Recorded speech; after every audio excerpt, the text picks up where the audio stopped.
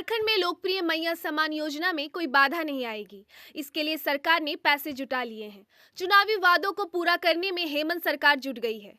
मैया सम्मान, बिजली बिल माफी सहित अन्य योजनाओं का लाभ देने के लिए सरकार बुधवार को विधानसभा में करीब 1300 करोड़ का द्वितीय अनुपूरक बजट पेश करेगी। समाज कल्याण व ऊर्जा मंत्रालय की कई योजनाओं की राशि सरेंडर किए जाने से पैसे का जुगाड़ हो गया है। चालू वित्त वर्ष में लोकसभा व विधानसभा चुनाव के कारण 4 माह तक आचार संहिता लगी थी। कई योजनाओं के पैसे खर्च नहीं हुए। अब इनका उपयोग नई योजनाओं में किया जाएगा। बजट में मैया सम्मान योजना के लिए कोई प्रावधान नहीं था।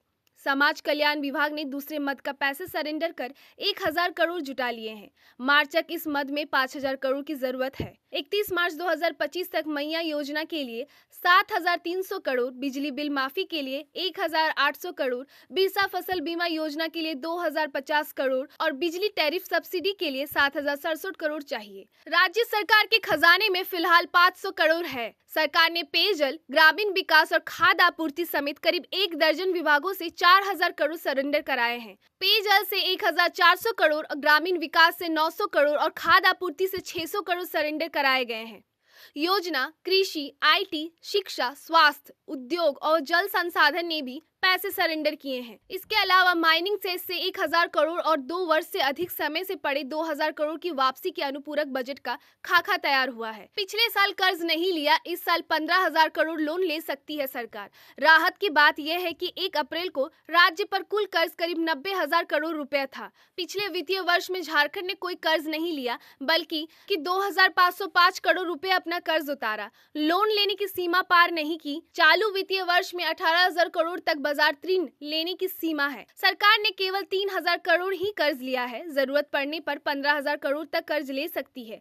वित्तीय वर्ष 2024 से 25 में 1.34 लाख करोड़ का सरकार का बजट था, जिसमें से नवंबर माह तक 61,000 करोड़ ही खर्च हो सके। राज्य सरकार के खुद के संसाधन से जो पैसे आ रहे हैं, उनमें 90% तक वेतन, पेंशन और सूद पर ही खर्च हो रहे हैं।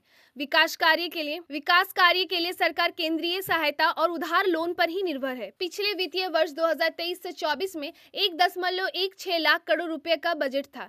इसमें कमिटेड एक्सपेंडिचर में 32,000 करोड़ और स्थापना व अन्य मद में 13,000 करोड़ खर्च तय था। वित्तीय स्थिति ऐसी है कि राज्य में राजस्व वसूली के लक्ष्य कम तय होते हैं, उसकी भी वसूली नहीं हो पाती।